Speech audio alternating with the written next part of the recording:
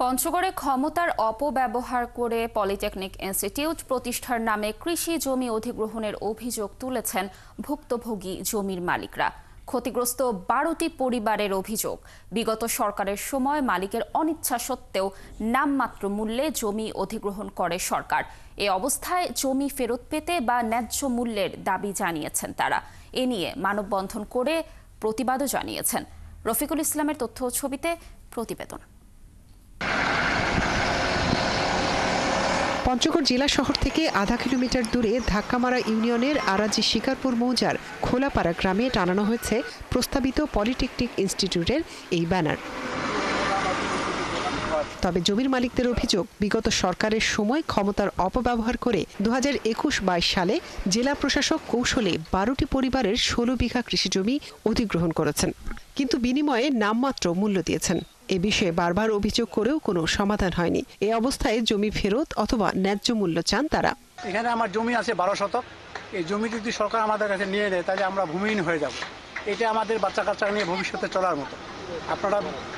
আমরা জমিটুকু দিব না। আমরা জমি দেওয়ার পক্ষপাতী না, আমরা এই জমি দিব না। আমাদের জমি জায়গা আর নাই কোথাও, এইটুকু জমি আমাদের। সরকার আমাদের সঙ্গে ভুগিচুকি করে এই জমিটা আমাদের কাছ থেকে নিছে। তখনকার দিনে এডিশনাল দীপঙ্কর সেন আমাদেরকে এখানে বলছিল যে 3 গুণ জমির দাম দেওয়া হবে, কিন্তু আমরা বুঝতে পারিনি যে এই জমির দাম আসলেই 3 গুণ বলতে ওনারা কি বোঝাচ্ছিল। এখানে আমাদের জমির মূল্য মোটামুটি 5 লাখ টাকা শতক, সে জায়গায় আমাদেরকে 9-10 হাজার নামমাত্র একটা মূল্য দিয়ে তারা অধিগ্রহণ করতে চায়। আমরা চাই যে অধিগ্রহণ বাতিল করা হোক। এই জমিটা আমাদের শেষ সম্বল, জীবন দিব, তারপরে জমি দিব না। অভিযোগের বিষয়ে বর্তমান জেলা প্রশাসক জানান, সরকারি নিয়ম অনুযায়ী প্রয়োজনীয় জমি অধিগ্রহণ করা হয়েছে, তবে জমির মালিকরা এখনো টাকা নেননি। আর জমির মূল্যের বিষয়ে আইন আদালত ছাড়া প্রশাসনের হস্তক্ষেপের কোনো সুযোগ নেই। সরকারি নিয়ম অনুযায়ী যে সরকারি মূল্য, জমির মূল্য, সেটিও জমি দাতা যারা বা যাদের কাছে জমি অধিগ্রহণ করা হয়েছে তাদেরকে দেওয়ার জন্য আমাদের প্রিপারেশন আছে। অনেকে দেওয়া হয়েছে এবং যারা পান নাই তাদের টাকা আমাদের কাছে আছে, তারা যে কোনো সময় টাকা আমাদের কাছ থেকে নিতে পারবে। সরকারের প্রস্তাব যে করেছি, যদি মনে করি যে কোনো ইস্যু বাদ পড়ে গেছে, কোনো আইটেম বাদ পড়ছে, এটা দামটা ধরা দরকার ছিল, সেটা কোর্টের কাছে প্লেস করে কোর্ট তখন বিচার বিবেচনা করে তো হয়তো। এদিকে জমি অধিগ্রহণের এই বিষয়টি সমাধানের দাবিতে মানববন্ধন করেছেন ভুক্তভোগী 12টি পরিবারের সদস্যরা। মনিরা কাজুরি, 71। দর্শক, এই বিষয়ে আরো বিস্তারিত তথ্য জানাতে পঞ্চগড় থেকে যুক্ত হচ্ছেন আমাদের সহকর্মী রফিকুল ইসলাম। রফিকুল, আমরা দর্শকদের যেমনটি জানাচ্ছিলাম যে বিগত সরকারের আমলে নামমাত্র মূল্যে আসলে জমিগুলো অধিগ্রহণ করা হয়েছিল। তারা কি বলছে, আসলে কি পরিমাণ মূল্য তাদেরকে দেয়া হয়েছিল আর কি ধরনের পদক্ষেপ জেলা প্রশাসক নিবে, এ ব্যাপারে কি তথ্য রয়েছে জানাবেন।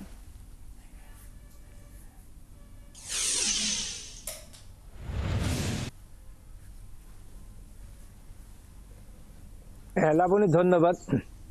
শুরুতে জানিয়ে রাখছি, আসলে আপনারা জানেন যে 2021-22 সালে কিন্তু সাধারণত এই জমিটি অধিগ্রহণ করতে হয়। তখন আওয়ামী লীগ সরকার ছিল ক্ষমতায়। এছাড়াও যে সেই সময় যে সাবেক জেলা প্রশাসক ছিল, আসলে জেলা প্রশাসনের মাধ্যমে কিন্তু সাধারণত জমি অধিগ্রহণ করা হয়ে থাকে। আর জমি অধিগ্রহণের সময় অবশ্যই সেখানে কিন্তু সার্ভেয়ার দিয়ে কিন্তু জমি অধিগ্রহণ করা, অর্থাৎ সার্ভেয়ার ওই এলাকার মানুষের সাথে যোগাযোগ করবে এবং যোগাযোগ করে তাদের আস্থা বা অনাস্থার এরকম কিছু কিছু বিষয় আছে, সেটাও কিন্তু তারা কিন্তু প্রয়োগ করবেন। তবে এই বিষয়ে সার্ভেয়াররা কিন্তু তাদেরকে জিজ্ঞাসা করেছিলেন যে আপনারা এই জমি দিবেন কিনা। তারা কিন্তু বারবার বলছে যে আমরা এই জমি দিব না। কারণটা হলো যে যেহেতু এটা একটা প্রয়োজনীয় জমি, অনেকের এই জমি নাই, শুধু সামান্য কারো 4 শতক আছে, কারো 8 শতক আছে, কারো 12 শতক আছে। এই জমিটুকু নিলে তারা একবারে ভূমিহীন যাবে। ফলে কিন্তু বারবার যারা সার্ভেয়ার আসছিলেন এবং প্রশাসনের লোকজন আসছিলেন তাদেরকে কিন্তু বলা হয়েছিল যে আমরা কিন্তু এই জমিটি দিব না। কিন্তু যে কোনো ছলে বলে কৌশলে তাদের কাছ থেকে তারা জমিটা নিয়েছেন। এবং আমরা এটুকু জানতে পেরেছি যে যখন সার্ভেয়ার আসেন তখন বলা হয়েছিল যে আমরা এখানে আসছি, এর একটা উপস্থিতি স্বাক্ষর লাগবে। সেই স্বাক্ষর তারা কিন্তু দিচ্ছেন, উপস্থিতি স্বাক্ষরে। কিন্তু এই স্বাক্ষর যে আসলে জমি অধিগ্রহণের স্বাক্ষর, এটা কিন্তু তারা জানেন না।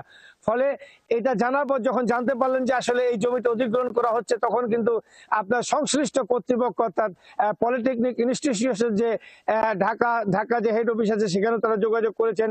তারপরে সচিবালয় যোগাযোগ করেছেন, এছাড়া পঞ্চগড় জেলা সহ রংপুর যে কমিশনার ছিলেন তাদের সাথে যোগাযোগ করেছিলেন, এবং বারবার যোগাযোগ করার পরও কিন্তু তারা কোনো আসলে সুরাহা পাননি।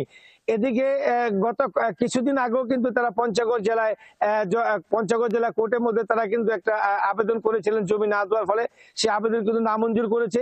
এই পঞ্চগড় জেলা থেকে নামঞ্জুর করার ফলে তারা কিন্তু আবার ঢাকাতে কিন্তু হাইকোর্টে কিন্তু তারা কিন্তু আপিল করেছেন এই জমিটি ফেরত পাওয়ার জন্য। তবে এই এলাকার মানুষের একটা দীর্ঘদিনের একটা চাহিদা এবং তাদের যে একটা প্রয়োজনীয়তা যে ব্যবস্থা সেটা যেন সরকার করবে এবং অন্তর্বর্তী সরকার যেন করে, তাদের দিকে দৃষ্টি তাকায়, সেই ব্যবস্থা কিন্তু তারা কিন্তু চেয়েছিলেন। তবে জমি অধিগ্রহণের ক্ষেত্রে জমির মূল্য ধরা হয়েছে 9 থেকে 12,000 টাকা ডিসবল, অর্থাৎ ওই এলাকার জমি কিন্তু আপনি সর্বনিম্ন যদি বলা চলে বাজারে কমসে কম ন্যূনতম 3 থেকে 5 লক্ষ টাকা, কিন্তু সেখানে 3 থেকে 5 লক্ষ টাকা তো দূরের কথা, মাত্র 9 থেকে 12,000 টাকা দিয়েই তারা কিন্তু জমি অধিগ্রহণ করেছেন, যেটা একেবারেই মানে অপ্রতুল্য আর কি। অর্থাৎ প্রয়োজনীয় যেটা হয়নি, পানির দামে তারা কিন্তু জমি কিনেছেন।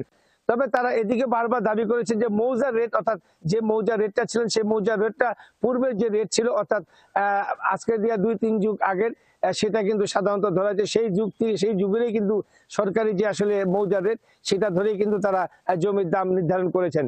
তবে বর্তমান রেটেও তারা কিন্তু কোনো খোঁজ নেননি। এই বিষয় হলো